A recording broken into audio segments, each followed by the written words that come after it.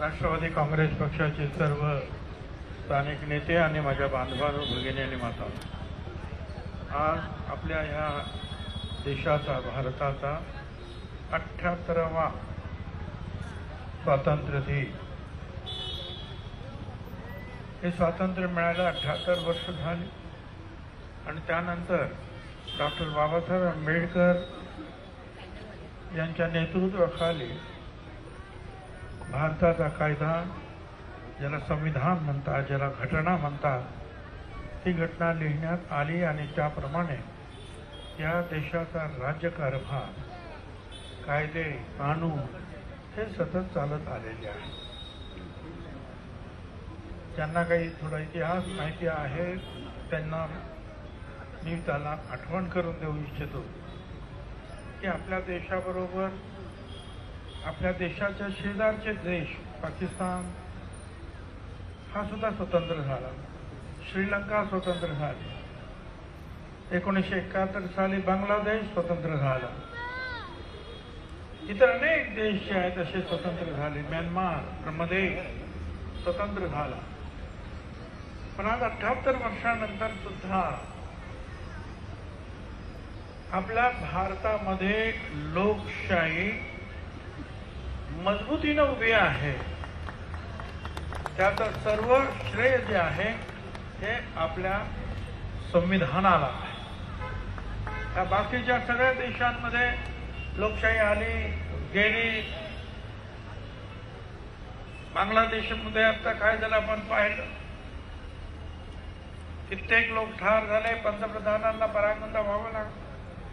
तीच गोष्ट श्रीलंकेची. पाकिस्तानमध्ये अनेक वेळा लोकशाही आली आणि अनेक वेळा परत लष्करशाही आली. म्यानमारमध्ये सुद्धा लोकशाही आली आणि पुन्हा पुन्हा लष्करशाही राज्याचा, देशाचा ताबा घेत्या.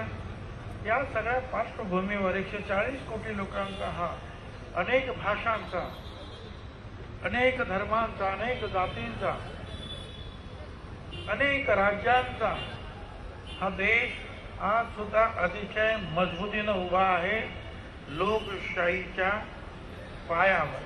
आणि तीच तो लोकशाहीचा पाया आहे आपलं भारताचं संविधान.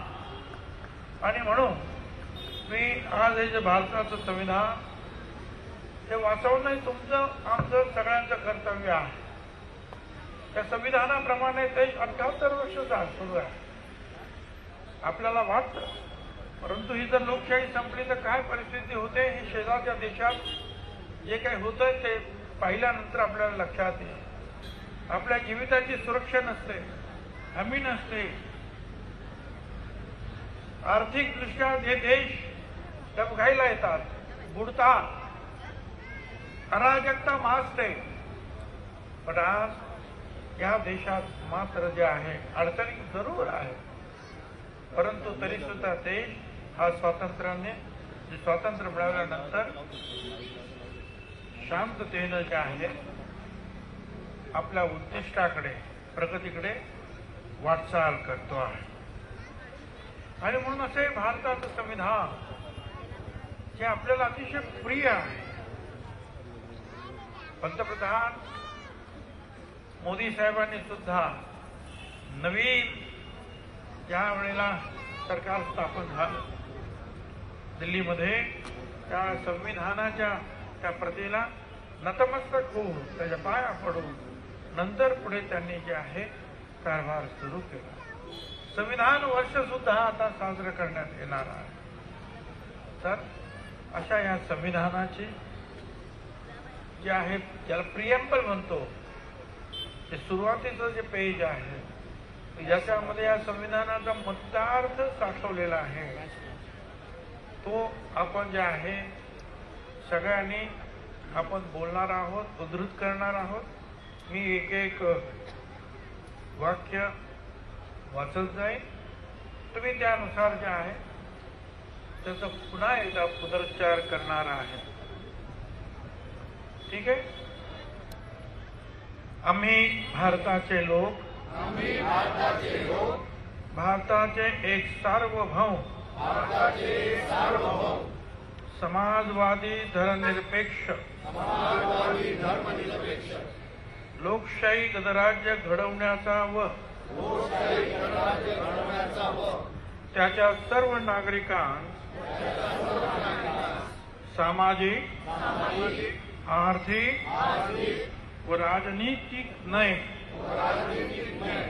विचार, अभिव्यक्ती, विश्वास, श्रद्धा व उपासना याचे स्वातंत्र्य, दर्जाची व संधीची समानता निश्चितपणे प्राप्त करून देण्याचा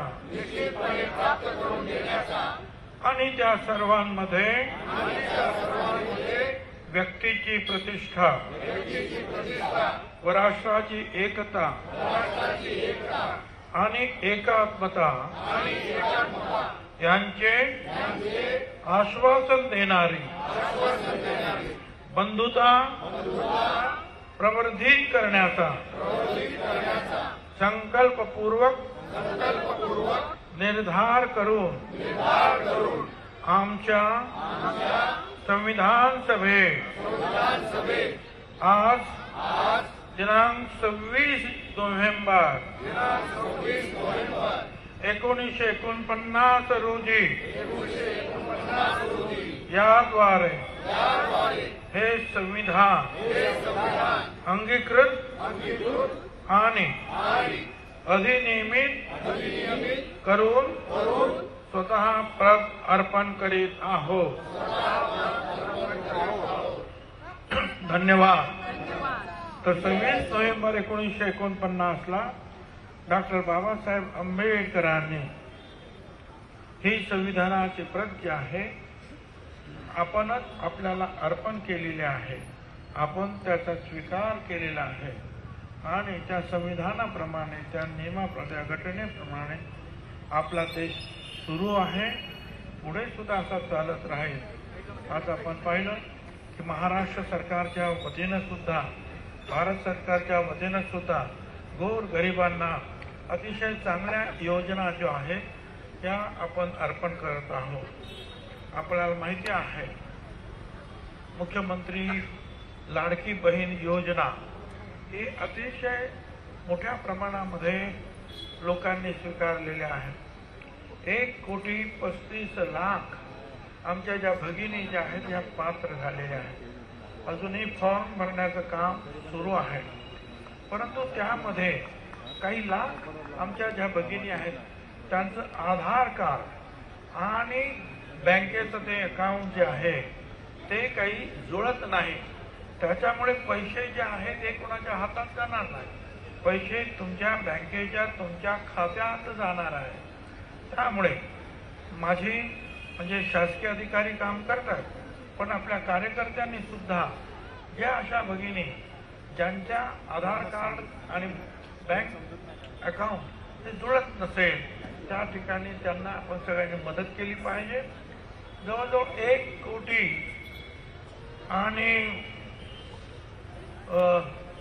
2 लाख साधारणपणे हे अगदी क्लिअर आहे.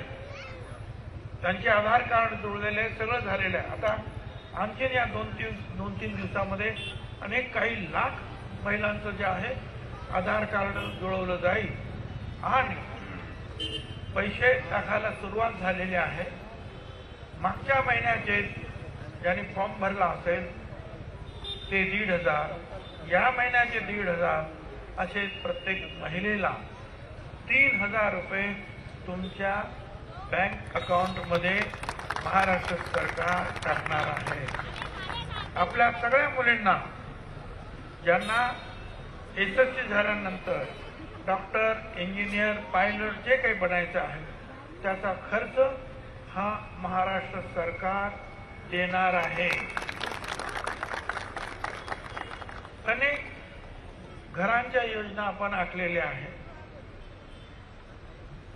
रमाई हाऊस योजना आहे, सावित्रीबाई फुले हाऊसिंग योजना आहे, दलितांसाठी शबरी योजना आहे.